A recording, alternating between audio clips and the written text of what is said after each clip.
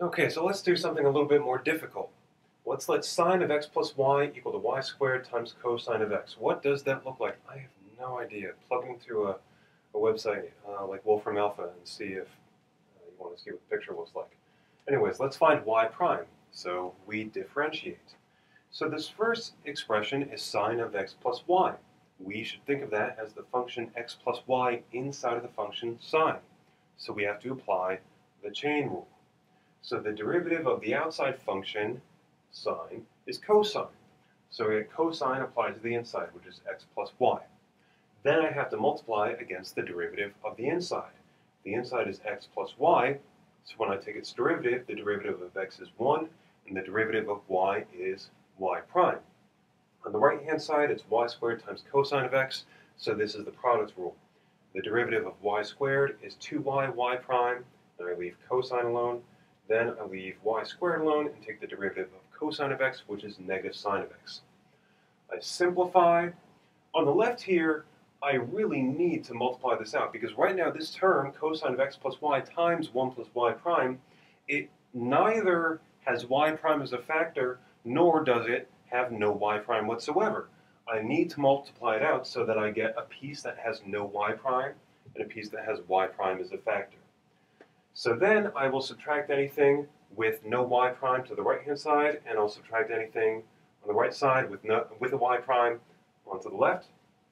That gives me cosine of x plus y times y prime minus 2y y prime cosine of x is equal to negative cosine of x plus y minus y squared sine of x.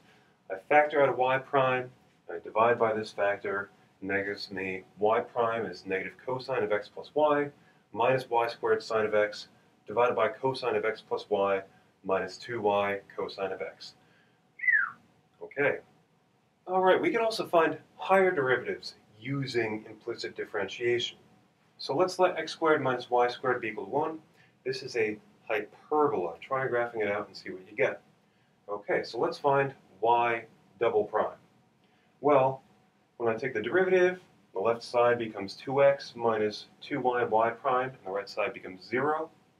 And I go ahead and I solve for y prime. This is fairly straightforward, so I'm going to let you work through the steps that y prime becomes equal to x divided by y.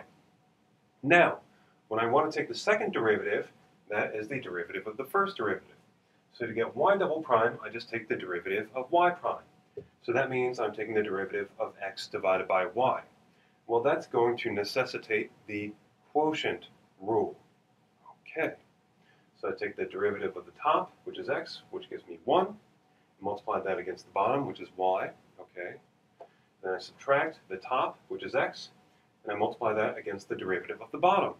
The bottom is y, so its derivative is y prime.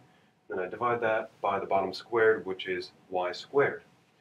Now, we're content for the expression for our first derivative to contain x and y. However, for the second derivative, yes, we're going to have x and y floating around, but y prime, we don't really like having y prime floating around. And we will always be able to simplify this, or, well, get rid of the y prime in this following sense. We have an equation for y prime in terms of x and y. So let's substitute y prime equal to x over y into this equation. That gives us y double prime is equal to y minus x times x over y all over y squared. Now, that's basically the final answer.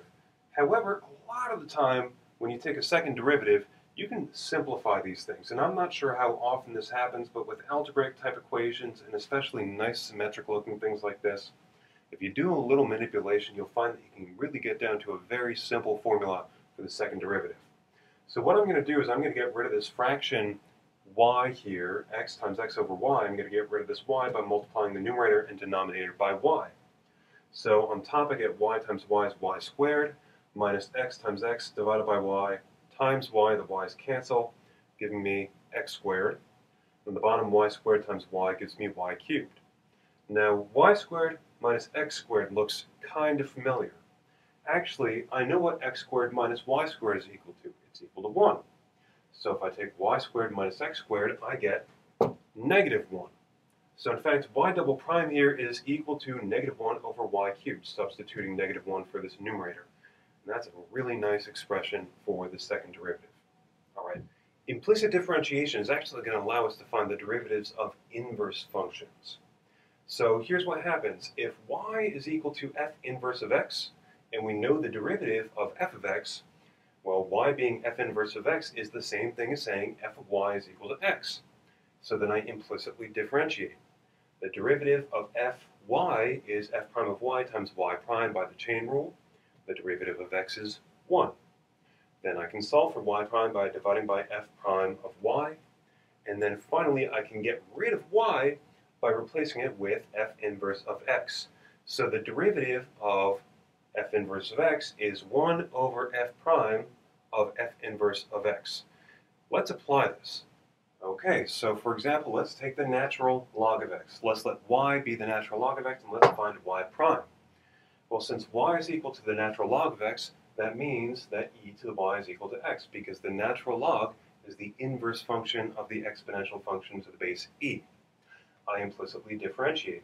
The derivative of e to the y is e to the y times y prime. The derivative of x is 1.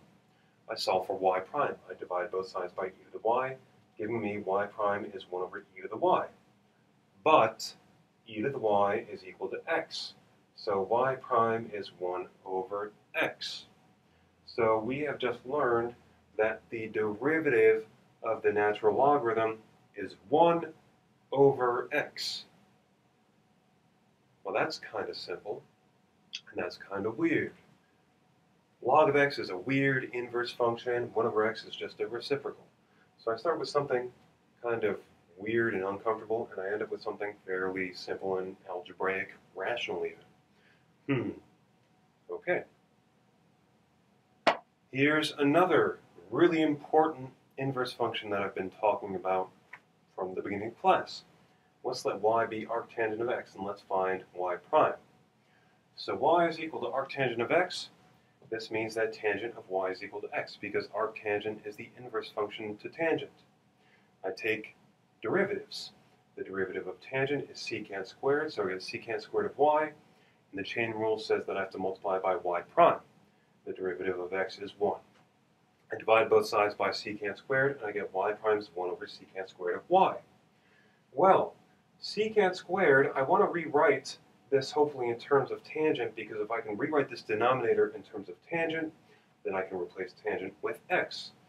I can do that. There's a Pythagorean identity which says that secant squared is the same thing as 1 plus tangent squared. So y prime is 1 over 1 plus tangent squared. Then I can replace tangent with x, and I get y prime is equal to 1 over 1 plus x squared. So the derivative of arctangent is 1 over 1 plus x squared.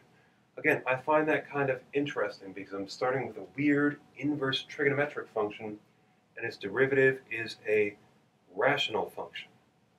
That's interesting to me. Okay, so question 2. I would like you to show that the derivative of arc sine is 1 over the square root of 1 minus x squared. To show this, you should use that cosine of theta is equal to the square root of 1 minus sine squared theta. This is just me solving the standard Pythagorean identity for cosine, namely sine squared plus cosine squared is equal to 1. So if I solve for cosine, this is what I get. Okay, try that out. Let me just finish by noting that we can get the derivatives of the rest of the inverse trigonometric functions via similar means. The derivative of arc secant is 1 over x times the square root of x minus 1. And then for the other three guys, the derivatives are actually the negatives of the derivatives for the corresponding arc function without a co in front of it. Namely, derivative of arc cosine is negative the derivative of arc sine. Derivative of arc cotangent is the negative of the derivative of arc tangent. Derivative of arc cosecant is the negative of the derivative for arc secant. Okay. I'm mostly concerned with arctangent, but I will use these other guys just in the context of homework problems.